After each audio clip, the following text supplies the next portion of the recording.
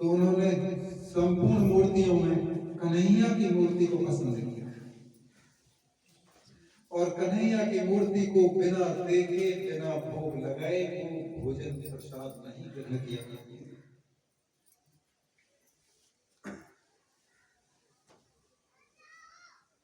धीरे धीरे बड़ी हुई, यहां तक उनका स्नेह हो गया कि वो उसके बिना रहना भी पसंद नहीं करते थे। विवाह के योग्य हुई, विवाह तैयार किया और उसकी तैयारियां करने के पश्चात विवाह भी हो गया। राजघराने में, राजस्थान राणा परिवार में विवाह हुआ। तो वो जो मूर्ति थी उस मूर्ति को भी विवाह के समय साथ लेकर के गई थी। देखिए, विवाह के समय उस मूर्ति को भी साथ लेकर के गई थी। कितना स्नेह था मूर्ति से, कितना प्यार था उस परमात्मा से, उस अपने इष्ट से, और साथ लेकर के गई थी। तो जिस प्रकार से अपने माता के यहाँ वो पूजा पाठ भजन कीर्तन करती थी, वहां भी वही कार्य करने लगे। तो ये बताते हैं कि भगवान कृष्ण जिनकी वो उपासना किया करती थी, जिनको वो इष्ट मानती थी, वो उनके अंग संग रहते थे, वो उनके आमने सामने रहते थे, वो उनको दर्शन दिया करते थे। और जब वो दर्शन देते थे तो मीरा जी पुलकित हो जाती थी, नाचने लगती थी, गाने लगती थी, सुध बुध खो बैठती थी। आज भी देखो आप, जब जिसे बेहोशी कहते हैं, वहां बेहोशी आ जाती है, होश नहीं रहता है। जब कोई माता बहन भाई नाचने लगता है तो उस नाचते समय उसे कोई टेंशन नहीं होता, कोई बोझ नहीं होता, कोई चिंता नहीं होती, वो ऐसी मस्ती होती है, वो बिल्कुल शुद्ध होकर के अपने इंद्रियों से, मन से, बुद्धि से, अहम से, सबसे ऊपर जाकर के वो नाचना शुरू होता है। तो भगवान कृष्ण जब उनके दर्शन दिया करते थे, मीराबाई तृप्त नहीं हो पा रही थी, तो मीराबाई से कहा भगवान कृष्ण ने, देवी मैं तुम्हें एक गुप्त रहस्य बताता हूं कि क्या गुरु के बिना कभी मुक्ति नहीं होती। ये बहुत बड़ा गुप्त रहस्य था। क्यों?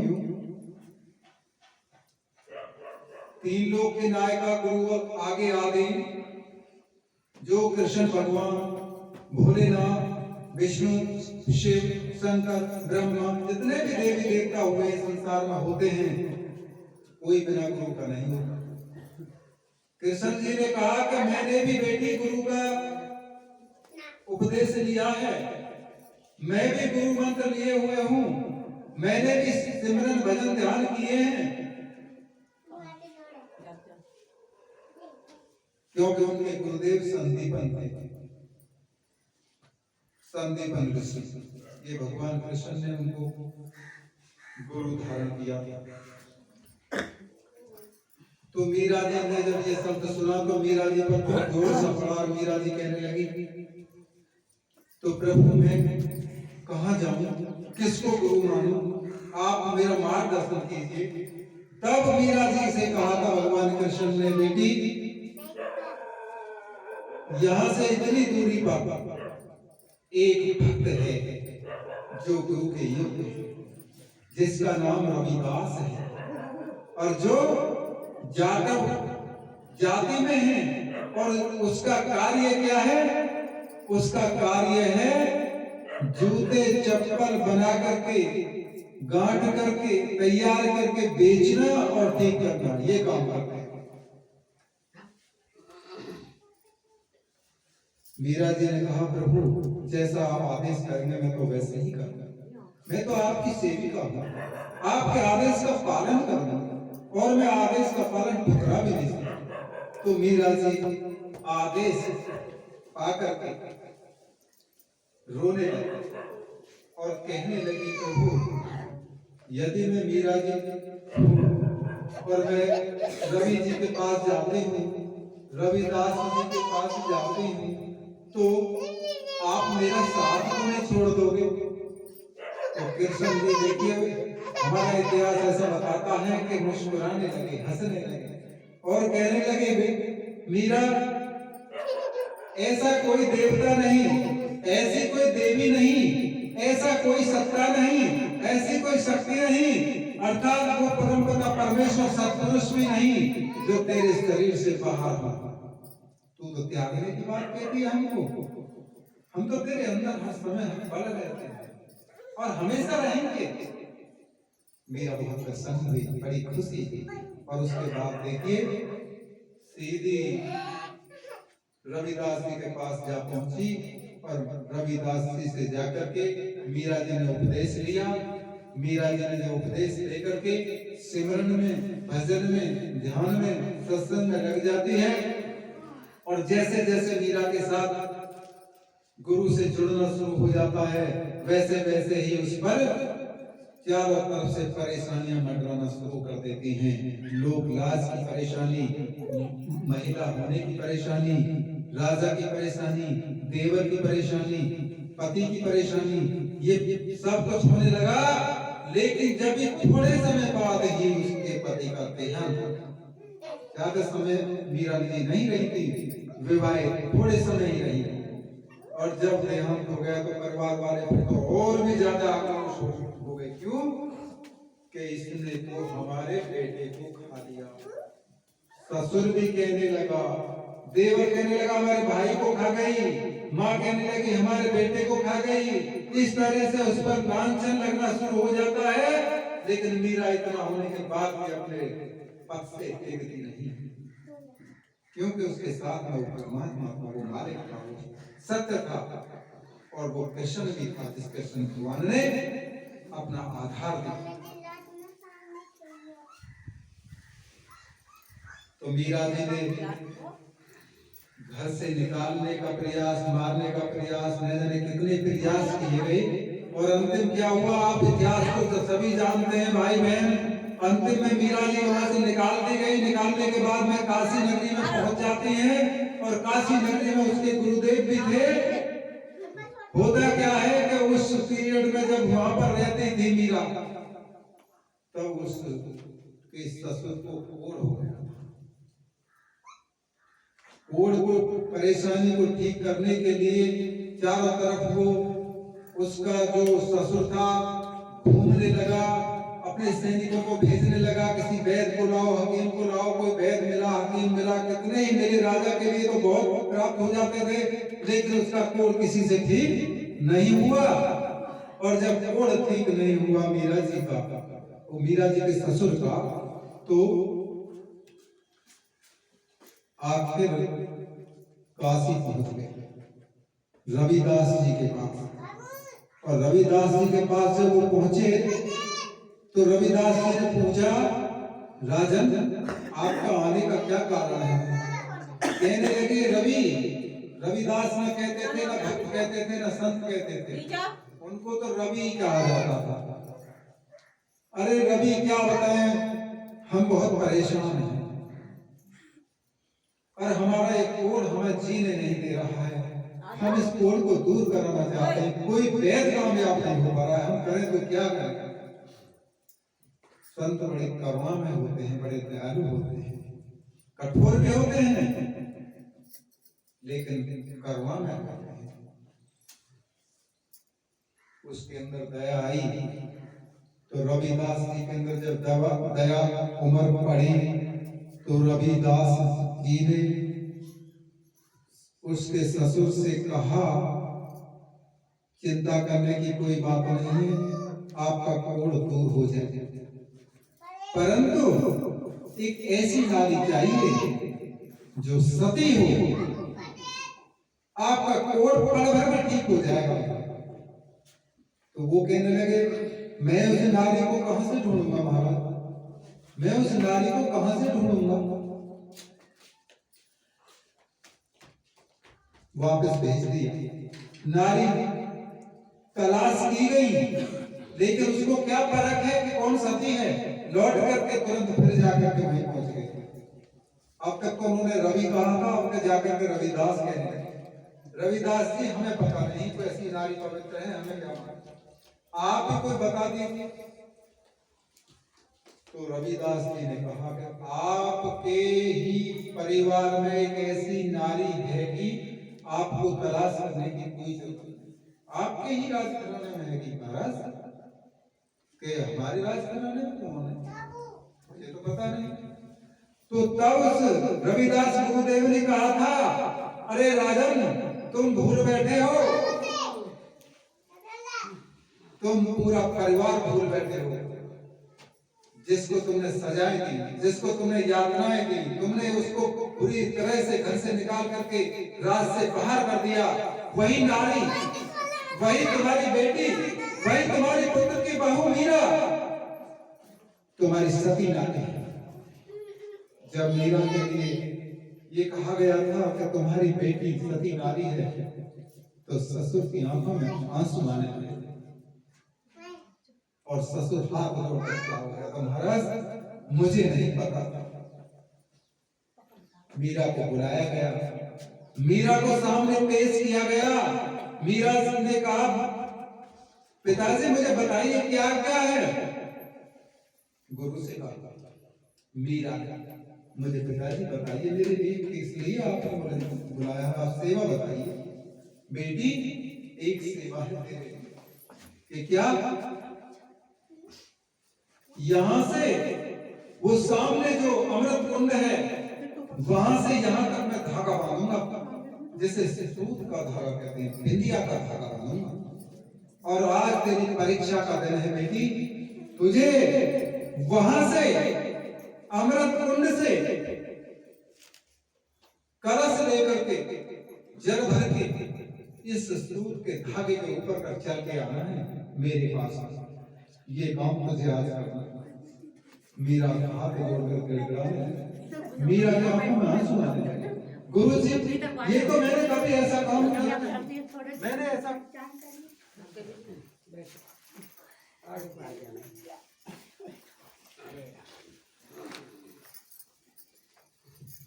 तो मैंने ऐसा काम कभी देखा नहीं और ऐसा कार्य कभी किया नहीं। आज पिताजी ये कार्य मुझे क्यों सौंप रहे हैं?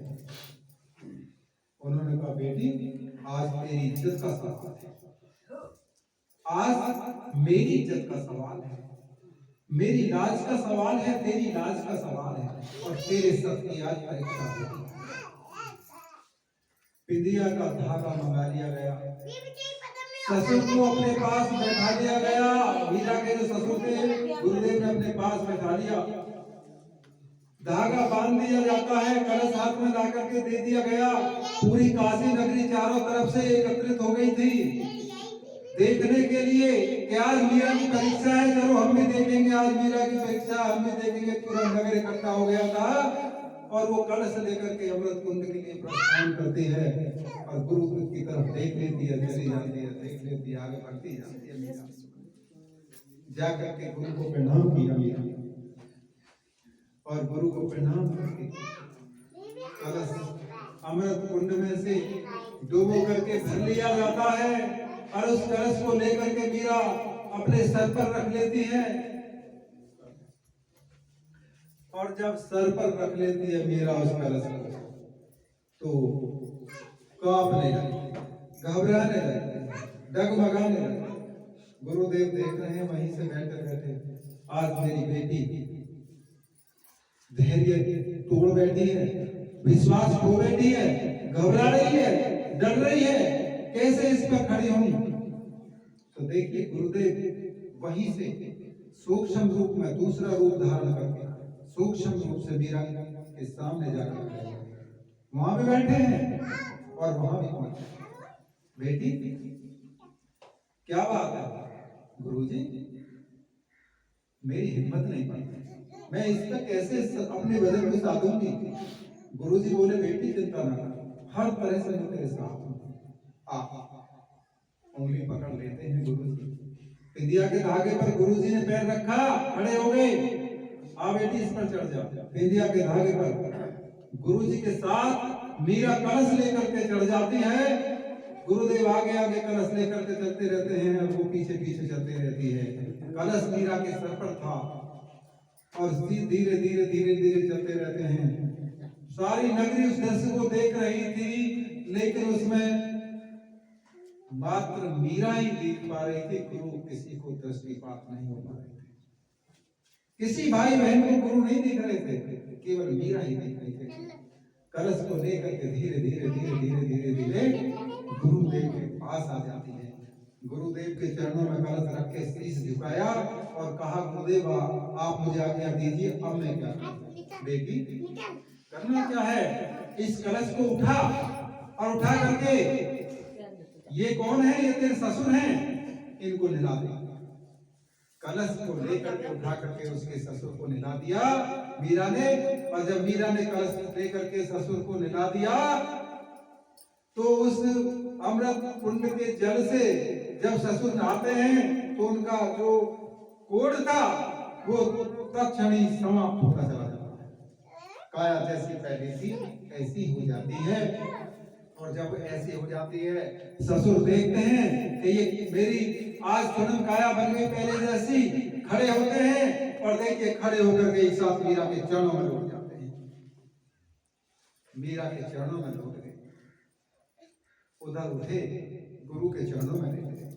गुरु ने उठाए, खड़े हुए, मीरा के चरणों में लेटे। जब मीरा के चरणों में दोबारा लेटे तो मीरा जी बहुत पीछे हो गई और हाथ जोड़ करके बोली, पिताजी आपने मेरे साथ में जो कुछ किया है मैं उसका कोई बुरा नहीं मानता।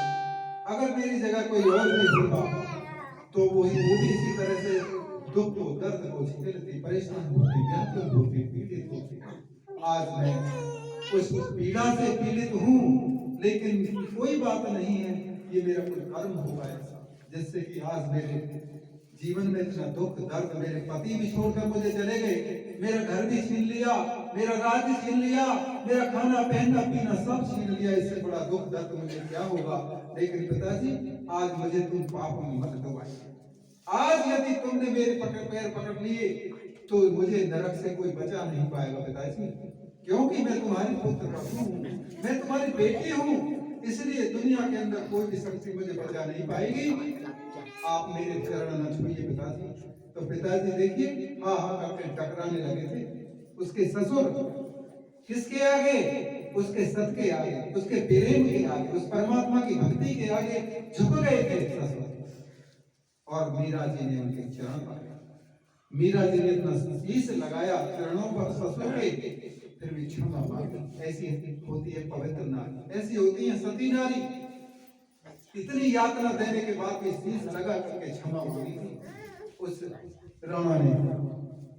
और उसके बाद गुरुदेव के चरणों में जाकर के गिर जाते हैं और फिर क्या कहते हैं, हे रविदास शिरोमणि, हे गुरु, हे मेरे स्वामी, हे मेरे मालिक, मैं तो आज तक तुमको एक जाटव, मैं तो आज तक यही सोचता था जूती गांठने वाले ही हो, मैं तो एक मोची ही मानता था। आज मैंने देख लिया है कि आप एक मोची नहीं, आप सच्चे परमात्मा के साक्षात स्वरूप हो, इसलिए आज मैं तुम्हें सद्गुरु स्वीकार करता हूँ। चरणों में गिर गए थे। और ये बेटी मैंने आज अपनी आंखों से देखा है, पूरी काशी नगरी ने देखा है कि ये बेटी कोई नारी साधारण नहीं है, ये तो कोई दिव्य नारी है, ये तो कोई सच्ची देवी है जो साक्षात सबके सामने सूत के धागे के ऊपर का कलश लेकर के आकर के मेरे रोग की पीड़ा को हरने के लिए आई है। ये होता है सत्य, ये होता है भक्ति, ये होता है प्रेम, सच्चा प्रेम। इसलिए ससुर राज को लौट जाते हैं। गुरुदेव ने कहा अपने राज को चले जाइए। काफी प्रयास किया बेटी से, लेकिन बेटी लौटी नहीं, पिता ससुर के साथ लौटी नहीं, गुरुदेव के पास रह गई। वो वहां चले गए और बताते हैं कि काशी नगरी से भी दक्षिण भारत की तरफ मीरा प्रस्थान कर गई। और अंतिम में जाकर के दक्षिण भारत में एक मंदिर के अंदर उसने अपने शरीर का त्याग किया था। इतिहास कहीं भी उसका गवाह नहीं है कि उसका शरीर किसी को मिला हो, केवल उसकी चुंदरी एक मंदिर में प्राप्त हुई थी, लेकिन उसका शरीर कहीं किसी को नहीं मिला। जैसे कबीर साहब का कोई शरीर नहीं मिला था पार्थिव, इसी तरह से मीरा का कोई शरीर नहीं मिला। आज मीरा जी को हम आप प्यार से पुकारते हैं, बड़ी महानता से पुकारते हैं। इसी प्रकार से पूरा संसार मीरा जी को याद करता है। हमको आपको भी उन्हीं की तरह भजन करना चाहिए, सिमरन करना चाहिए, ध्यान करना चाहिए, सेवा करनी चाहिए, सत्संग सुनना चाहिए, माता पिता की, सास की, ससुर की सेवा करनी चाहिए, गुरुओं की सेवा करनी चाहिए, बड़ों का आदर करना चाहिए। बड़ों के कोई अगर गलत शब्द हैं, डांटते भी हैं, तो उसको आशीर्वाद समझना चाहिए। अगर अपने जीवन का कल्याण करना चाहते हो, अगर जीवन में सुख शांति चाहते हो, तो इसलिए प्रेम से जीवन जियो और परमात्मा के बने हो, परमात्मा के बनकर ही अपने जीवन का, इस शरीर का अंत कराइए, ताकि तुम्हारी रूह उस मालिक में जाकर मिल जाए। ज्यादा लंबी बात न करके, आप सभी समझदार हैं, प्यारे भक्त हैं, समझदार भक्त हैं, सत्संग का न जाने कितने समय से श्रवण कर रहे हैं। आगे सत्संग सुनते रहें, भजन करते रहें। और इसके बाद हमारे गुरु जी कहते हैं और भी महापुरुष कहते हैं कि हमको जुआ से, शराब से, मांस से, चोरी से, व्यभिचार से, इन सब से दूर रहना है, इनका त्याग करना है।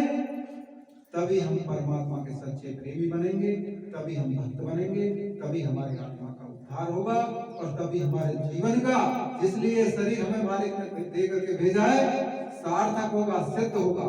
बस इन्हीं शब्दों के साथ आपके अंदर बैठे हुए उस गुरु मालिक के लिए, उस परम पिता परमेश्वर के लिए, उस सतगुरु के लिए कोटि कोटि बार राधा स्वामी प्रेम।